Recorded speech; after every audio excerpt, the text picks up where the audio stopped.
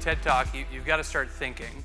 And for me, I thought about, what would connect with people that may not think about architecture and design, and why is design important? And the first thing that comes to mind in a room like this is that we're all in a room full of people that are all making something. And if you are a maker, maybe we should be asking, how do you make something worth saving?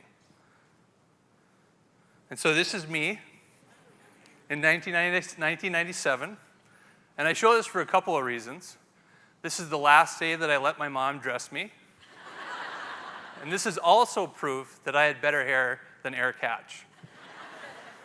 But most importantly, this marks a point where the switch flips for me. And this is where I decided to go to design school. And I always thought about how ironic it was that there's a design school in a place where there are very few people and there's very little architecture. I think we all know that there's a lot of functional buildings out there that checked all the boxes, but maybe not a lot of architecture. And basically, buildings were shelter and pretty much nothing more. And I said, okay, that's fine, but what would happen if people had choice? And design could be a part of that, and maybe even inspiring. And so ultimately, this is what I was thinking and seeing a lot of 18 years ago. And this is a beautiful image by our very own Megan Duda. And I pass this every day as I walk into my office. And I think this really says it all. And it acts as a reminder every day. And 18 years ago, and even to some extent today, I think there was a hole in our design thinking. And in my mind, buildings like this and neighborhoods like this didn't create places that very many people wanted to live in for very long. And so this wasn't about community, and this wasn't about neighborhoods. This was about making a rubber stamp. And for me, this wasn't a question about, how great can we make this? And I had to think, sure, this is okay, and these buildings are okay, but okay kind of sucks. And in my mind, you got to ask, are we going to save these places in 50 years? And is this a sought-after place? And so, maybe we should start thinking about building differently. So, how do you do that? And which leads me to the difference, and ultimately, my favorite word, which is craft. And what I believe separates okay from great is this sort of artisan model. And what I realize is that this is the difference between architecture and shelter, or building for building's sake. And it also says something about taking the time to care. And so, whether you are crafting a message, a business, or a process, I think it's important to be patient. And so instead of accelerate, maybe this is more about pump the brakes and decide what's right first. And so again, how do you do that? And I have to think it starts with small things. This is our world headquarters at one point. This is 5 years ago. This is the Shadow. And at a number of moments in my career, I have had the opportunity to work for big firms, in big, beautiful offices, in big cities, on big projects. And what I realized is that, great and fulfilling work is not necessarily about big. And rather, big is only a series of small things that add up to something. And, in my mind, all of our work is only as good as the sum of its beautifully crafted parts. And so for me, these smaller moments have marked success that has only come when I have pumped the brakes, reassessed a problem, and solved those problems in a very sensitive way. So ultimately, being careful. And maybe all of our best work, no matter what you do, is about taking the time to get these little things right first. And so what does that mean as an architect and a designer?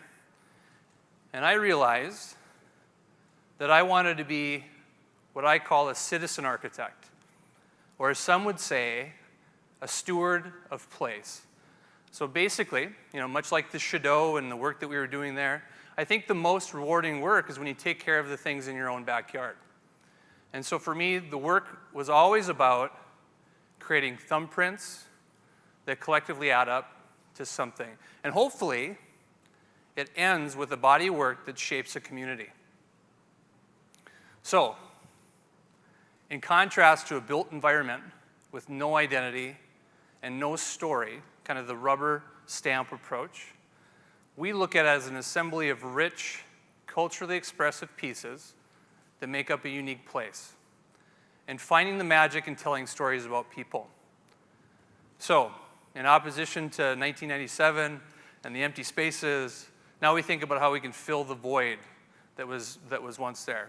One project at a time, leading us to our most culturally significant project to date. So, last summer, we were asked to be a part of North Dakota history when the state decided that the current governor's residence needed to be replaced and ultimately was going to end up on the campus and on the Capitol grounds.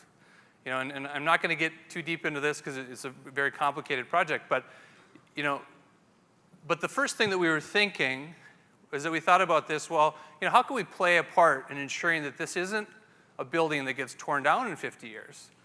Because, the current residence is not that old. And so we thought, let's not repeat history here. And so we started to dig deeper. And as it turns out, the North Dakota Capitol is one of a kind.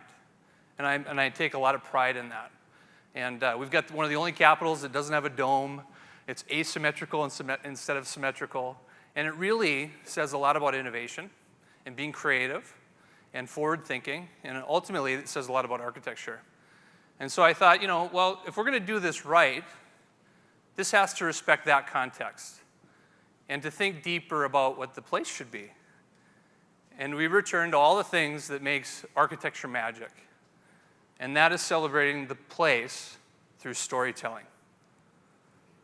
And so, what did we end up with? We ended up with the title for that story, and that is Prairie Meets the Edge of Western Clay. It's kind of summing up a place. And so then we get to this place where we say, hey, maybe where we ask ourselves, is this a place worth saving? And for me, as complicated as this is, love it or hate it in terms of design, because that's, we got to be thick-skinned as designers. This came down to being a best fit or appropriate, embracing a local resources, respect for everyone in the game. And this was not ever about an individual, whether it's myself or anybody else, a governor, style, impulse, or accelerating for that matter. It was always about crafting a meaningful legacy for a state. Which leads me to the final piece of what I think architecture and everyone's work should be about, and that is leaving a legacy. So ultimately, I think it's our responsibility to leave the world better than the way we found it. And I'm not saying that we always get it right all the time, but let's take the time so everything we do has a chance for the ultimate compliment, and in my mind, the best way to achieve sustainability as a culture, and that is through making something beautiful. And for me, I hope our projects become so loved that someone wants to preserve them for another 100 years. And I think Frank Lloyd Wright said it best about making anything, and I'm going to say it as if it's my own, and that is, the longer I live, the more beautiful life becomes, and if you foolishly ignore beauty, you will soon find yourself without it. But if you invest in beauty, it will remain with you all the days of your life. Thank you.